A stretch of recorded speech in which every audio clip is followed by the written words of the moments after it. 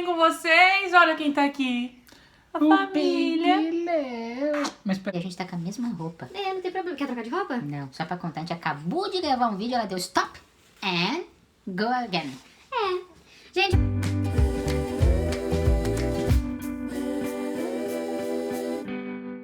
É o seguinte, faz tempo que a gente vem falando, eu pelo menos venho falando nas minhas redes sociais, sobre o nosso pequeno milagre, que é o Léo, que tá aqui, né amor, ó, o pequeno milagre. E a gente nunca entrou muito nos detalhes, né, do assunto, acho que com praticamente ninguém, nem com familiares. Então a gente vai resolver contar pra vocês, porque eu acho que vocês são importantes também pra gente. E eu acho que é uma forma também da gente ser exemplo também pra outras pessoas, né? Eu acho que muita gente que tá tentando, tá sofrendo com a infertilidade ou com a falta de resultado, talvez veja esse vídeo e sinta um pouco mais acolhido. Você quer começar a contar ou você quer que eu dou início? Vai falando. Então eu vou falar da minha parte, aí você fala da sua, que aí só você sentiu. Eu tenho um filho, como vocês já sabem aqui, já acompanha. Pra quem não acompanha e caiu de paraquedas nesse vídeo, eu já tenho um filho, ele tem 12 anos, é o Gabriel, ele não mora com a gente, por escolha dele. E quando a gente começou a ficar junto, a gente nunca evitou em ter filho, nunca, em nenhum encontro, a gente nunca evitou em ter filho. Então eu tinha 23 anos, o Leandro tava com 29, né? 28, 29 anos. E aí, enfim, foram muitas frustrações, foram muitos testes de farmácia, todo mês praticamente fazia exame, tinha teste de farmácia em casa. E a bendita da menstruação vinha, e vinha aquela decepção, aquela tristeza junto, porque a gente queria ter filho, nós queríamos ser pais. Então foi muito difícil. Então fui na primeira médica, né? Eu já tinha ido em Jundiaí, porque eu tenho muita hemorragia e não descobri o que era. E aí, você tá procurando ver lá, amor? E aí essa médica, esse médico disse que tinha que investigar e que não ia poder ter filho, enfim. Só que como eu já tinha um, eu achei que isso era improvável. Partimos pro segundo médico, depois eu já tava morando em Campinas com o Leandro, eu fui numa médica. E ela fez um exame dentro do consultório comigo e disse que ela jogou um líquido, uma parte do meu útero na hora do líquido ele estava aparentemente morto, que não tinha vida. E aquilo me deixou extremamente preocupada. Não voltei mais nela, passei por um outro médico e aí veio as suposições de tirar por causa da hemorragia e etc. E eu sempre relutando que eu não queria tirar porque a gente nunca acredita e a gente sempre tem fé no fundo, né? No fundo a gente acaba tendo fé. E aí passei pelo Dr. Urbano, em Campinas, uma colega de trabalho me falou sobre ele e aí eu falei, eu vou lá. E fui.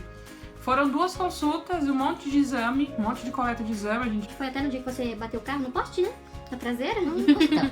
Olha o encostão. Último dia do carro. Último dia que tava com o carro, inclusive. Ia devolver na concessionária no dia, né? Trocar o carro. Codive! Aquele André! Enfim, fizemos um monte de exames e descobrimos que eu tenho SOP, Síndrome do Ovário Policístico. Por isso que eu tinha tanta hemorragia, meu ciclo nunca era regular, né? Nossa, às vezes eu ficava 40, 50 dias menstruando e às vezes ficava 2 meses sem descer pra mim, então era uma loucura. Enfim, só que aí o Dr. Urbano pediu pro Leandro César fazer exames. Porque os meus exames, depois que eu descobri o SOP, tava tudo certo. Era só eu tomar os remédios anticoncepcional, porque ele ia ajudar a regularizar o hormônio. Converse com o seu médico se você tem esse problema. Eu tomava um remédio, não vou falar aqui pra ninguém se medicar. E aí o Leandro teve que fazer um espermograma. Muito chato. Você tá lá, a mulher só te entrega uma Playboy e fala, boa sorte. Fala mais alto, não pra ouvir. A mulher dá uma Playboy pra você e fala, vai lá e boa sorte. Com aquela cara de brava ainda e o negócio vai funcionar como? Com aquela pressão. E aí é com você. O que você sentiu? Como foi pra você? Você que passou pelo urologista, né? Sim, nós passamos por, além desse tratamento, desses exames do Dr. Urbano, foram passados com outros médicos, alguns que a Luana nem sabia que eu estava indo atrás, porque a gente tinha realmente o desejo de ser pais desde que a gente se conheceu. Ninguém aqui é criança, apesar de ter criança que também acessa o Instagram, né, YouTube e Facebook, etc. Mas ninguém aqui é criança, então uma relação normal, natural de um casal, você tem atos sexuais e a gente não se prevenindo de nenhuma forma, começou a achar estranho. E eu fiz essa Dr. Urbano, apareceu a baixa movimentação dos espermas, né? Ele falou que estava Meus espermas eram muito devagarzinho.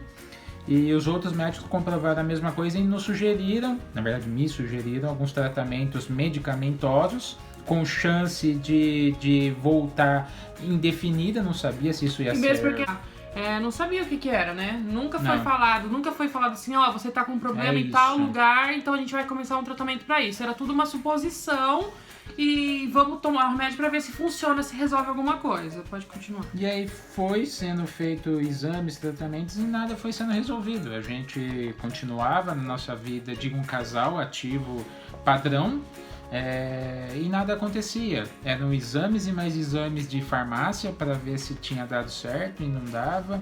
Era menstruação que atrasava 1, 2, até 3 meses e nada.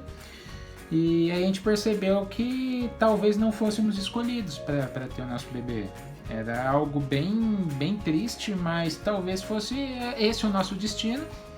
Foi quando a gente decidiu então que era o momento a gente tinha tanto amor, que a gente ia precisar ir atrás de crianças que pudessem receber esse nosso amor. E já que não seria pelo método natural, talvez fosse pela adoção. E aí nós começamos a estudar, em especial a Luana. A Luana foi muito a fundo nesses estudos, de entender o processo, como funciona. E aí a gente começou até a ter notícias muito ruins, que o processo no Brasil, e isso é um ponto acho que de atenção que precisava ser melhorado com muita urgência, um processo de adoção pode demorar na média de 5 anos no Brasil. Então, desde que você começa, manifesta seu interesse, depois de fazer o curso preparatório, depois você passa por assistente social, psicólogo e depois você entra de fato na fila oficial de adoção nacional, é algo que demora muito. Só que demorou também pra gente tomar essa iniciativa. Também. Porque assim, quando o resultado negativo veio do Leandro, que a porcentagem era o quê? 1%, 2% de espermatozoides bons, mais lentos, né? Ficou um buraco, assim, até de diálogo pra gente, porque era um assunto difícil. Imagina, pra mulher já é difícil quando falam que você tem uma infertilidade. Pro homem eu acho que é ainda pior, porque ele se sente impotente e incapaz. Então era um assunto que a gente resolveu naturalmente, nem falamos, não vamos falar do assunto. Foi uma coisa que ficou em silêncio absoluto, que a gente, por ele estar sentido, magoado, e eu também com medo de tocar no assunto e machucar mais, entendeu? Meus espermas eram Usain Bolt, só que andando no carro do Barrichello. Então alguns eram bons, mas devagarzinho lentos. Que dói. Isso quando chegava. E aí, então ficou essa lacuna, esse buraco grande, assim, entre a gente. E aí, quando eu toquei no assunto, foi nas férias lá em Serra Negra, né? Quando eu toquei no assunto sobre adoção, eu percebi que ele ficou meio arisco. Só que eu falei, bom, tenho que entender o que é. Só que eu não quis mais ficar tocando no assunto e ficou, sabe?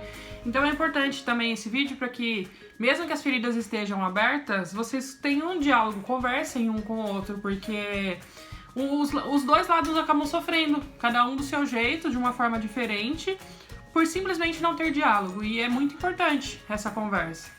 Então, se a gente tivesse insistido em conversar, talvez a gente teria brigado, mas a gente teria pelo menos se entendido. Porque isso afasta, né? Isso acaba afastando. E teria resolvido o que iríamos fazer, né? Mas resumindo, até pra gente avançar e não parar nessa parte da história, nós tomamos a decisão de entrar com o processo quando mudamos para Mogi Guaçu. Então, em Mogi Guaçu, nós demos entrada no processo de adoção, fizemos o curso preparatório, que lá acho que são 1 ou 2 vezes por ano. 2 vezes por ano. Então, é um curso que você não acha assim de prateleira que você faz, quero fazer hoje. Não, você depende de agenda. Nós tivemos que esperar 4 meses. 4? Não, nós queremos em fevereiro e foi em abril? Maio. Acho que foi no mês seguinte. A gente deu sorte de achar o curso que estava ali na iminência de acontecer. Não, ia ser só no final do ano, isso mesmo, ia ser só em outubro. Nós temos o certificado válido para todo o Brasil, né? A gente pode usar esse mesmo certificado para qualquer lugar. E, enfim, demos entrada no processo e demos o azar a Mogi Guaçu tinha 2 assistentes social, que era a próxima fase da conversa com a assistente social antes da psicóloga. E uma delas aposentou. Então, com a aposentadoria de uma delas, a gente acabou tendo um processo que já era devagar e lento, duplamente devagar. E aí, enfim, a gente foi aguardando. Mas, agora é minha vez de falar. Na semana que eu liguei lá e fiquei sabendo que ela tinha aposentado, que abriram o processo de como chama? Processo seletivo, né? Pra contratar uma nova. Vulgo concurso público. Concurso público. Eu descobri, eu comecei, tava me sentindo muito mal. O peito começou a doer. Tipo, como se estivesse menstruando, né? Vindo a menstruação. O peito começou a doer. Comecei a sentir algumas coisas, uns enjoos estranhos de coisas normais que eu comia.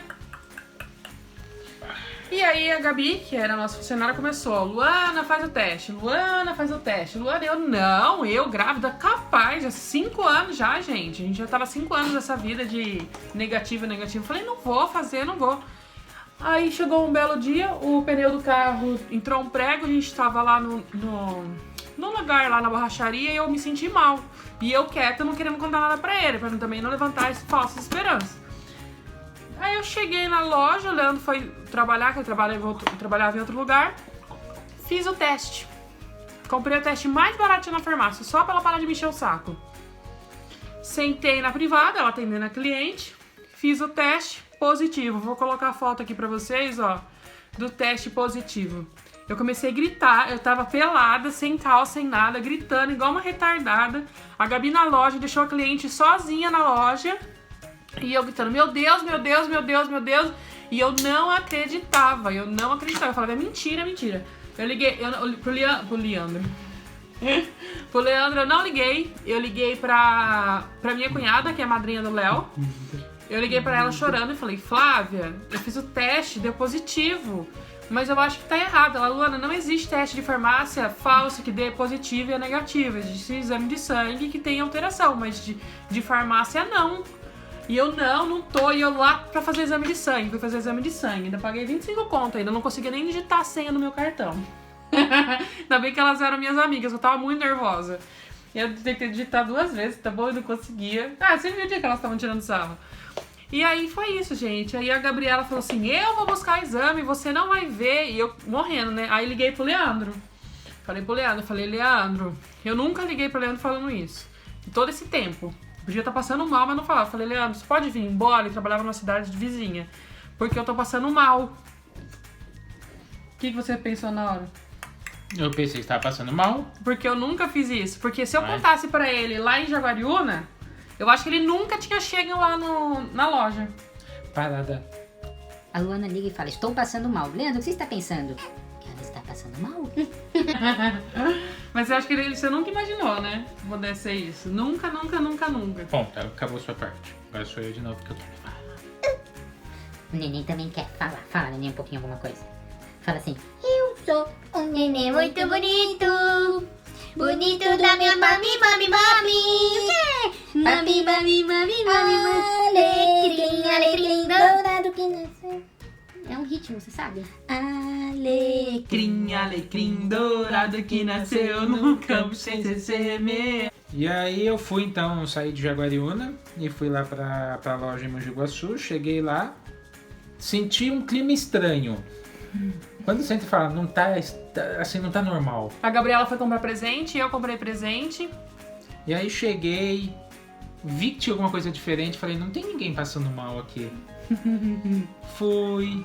A Luana tem o vídeo, depois ela põe aí uma parte do vídeo, pelo menos. Você tem ainda? Tenho. Como que foi? Tô eu sentado na cadeira do caixa ali. Aí a Luana me entrega um pacote. Uma sacola. Uma sacola. Aí eu abro a sacola, tem uma caixinha, um presentinho e tem um papel. O que é? Aí o Leandro foi abrir o papel que tava escrito exame beta. Aí eu falei, mas o que é isso?